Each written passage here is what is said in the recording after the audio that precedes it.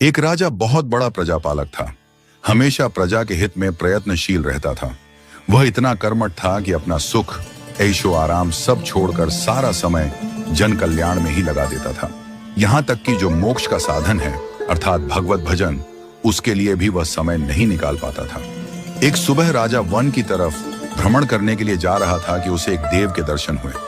राजा ने देव को प्रणाम करते हुए उनका अभिनंदन किया और देव के हाथों में एक लंबी चौड़ी पुस्तक देखकर उनसे पूछा, महाराज, आपके हाथ में यह क्या है? देव बोले, राजन, ये हमारा बही खाता है जिसमें सभी भजन करने वालों के नाम हैं। राजा ने निराशा युक्त भाव से कहा, कृपया देखिए तो इस किताब में कहीं मेरा नाम भी है या नहीं।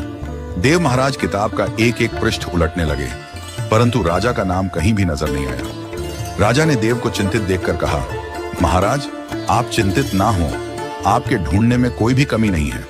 वास्तव में ये मेरा दुर्भाग्य है कि मैं भजन कीर्तन के लिए समय नहीं निकाल पाता और इसीलिए मेरा नाम यहाँ नहीं है। उस दिन राजा के मन में आत्मग्लानि सी उत्पन्न हुई, लेकिन इसके बावजूद उन्होंने इसे नजरअंदाज कर दिया और पुनः परोपकार की भावना लिए दूसरों की सेवा करने में लग गए। कुछ दिन बाद राजा फिर सुबह वन की तरफ टहलने के लिए निकले तो उन्हें वहीं देव महाराज के दर्शन हुए।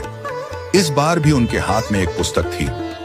इस पुस्तक के रंग और आकार में बहुत भेद था और यह पहली वाली से काफी छोटी भी थी। राजा ने फिर उन्हें प्रणाम करते हुए पूछा, महाराज, आज कौन सा बही खाता आपने हाथों में लिया हुआ है?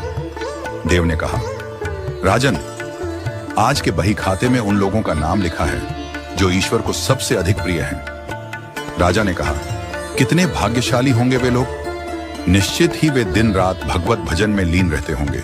क्या इस पुस्तक में कोई मेरे राज्य का भी नागरिक है? देव महाराज ने बही खाता खोला और ये क्या, पहले पन्ने पर पहला नाम राजा का ही था। राजा ने आश्चर्यचकित होकर पूछा, महाराज, मेरा नाम इसमें कैसे लिखा हुआ है? मैं तो मंदिर भी कभी कभार ही जाता हूं। देव ने कहा, राजन, इसमें आश्चर्य की क्या बात है? जो लोग निष्काम होकर संसार की सेवा करते हैं, जो लोग संसार के उपकार में अपना जीवन अर्पण करते हैं, जो लोग मुक्ति का लोभ भी त्याग कर प्रभु के निर्बल संतानों की सेवा सहायता में अपना योगदान देते हैं, उन त्यागी महापुरुषों का भजन स्वयं ईश्वर करता है। ऐ राजन, तू मत पछता कि तू पूजा पाठ नहीं करता। लोगों की सेवा कर, तू असल में भगवान की ही पूजा करता है। परोपकार और निस्वार्थ लोक सेवा किसी भी उपासना से बढ़कर हैं। राजन, भगवान दीन दयालु हैं। उन्हें खुशामद नहीं भाती बल्कि आचरण भाता है।